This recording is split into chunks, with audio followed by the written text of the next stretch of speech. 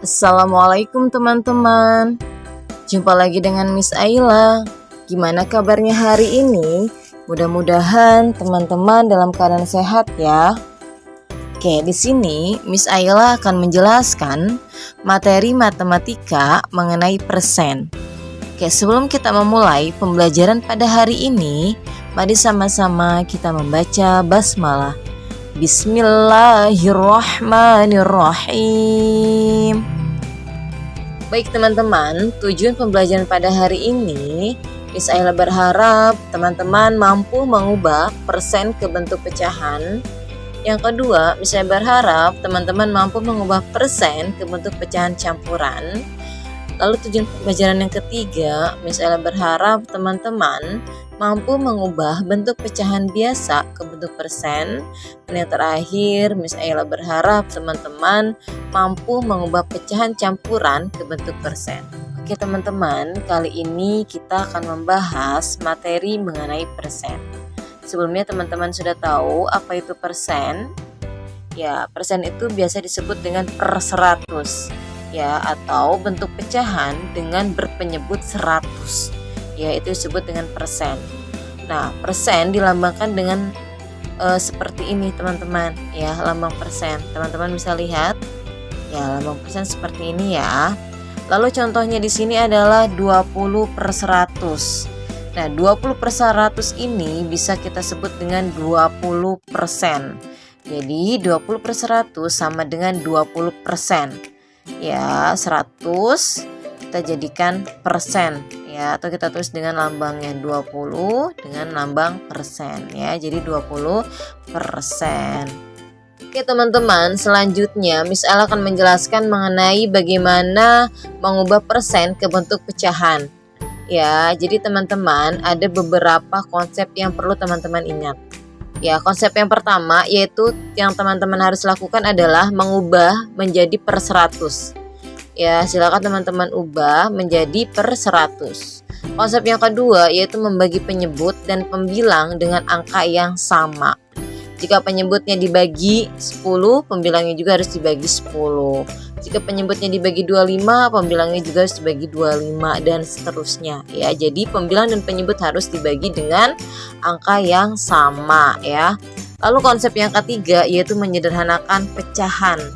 Ya, kita sederhanakan dengan sesederhananya sampai pecahan itu sudah tidak bisa dibagi lagi. Ya, itu yang disebut dengan menyederhanakan pecahan. Nah, di sini Miss Aila ada contoh soal ya. Perintahnya adalah ubahlah soal di bawah ini menjadi pecahan biasa ya. Ada 20% dan ada 45%. Bagaimana caranya ya? Persen ini kita rubah menjadi pecahan biasa ya.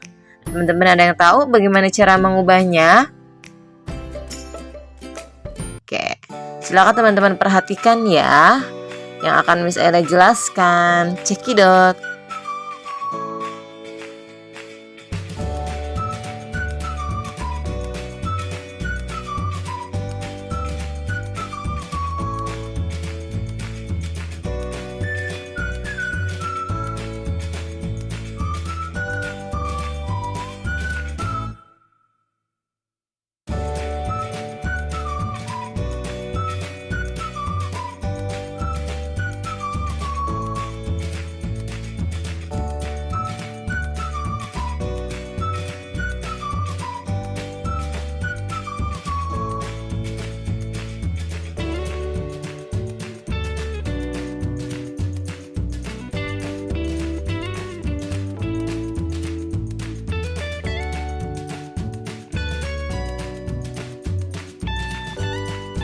Oke, contoh soal di sini yaitu perintahnya adalah ubahlah soal di bawah ini menjadi pecahan campuran.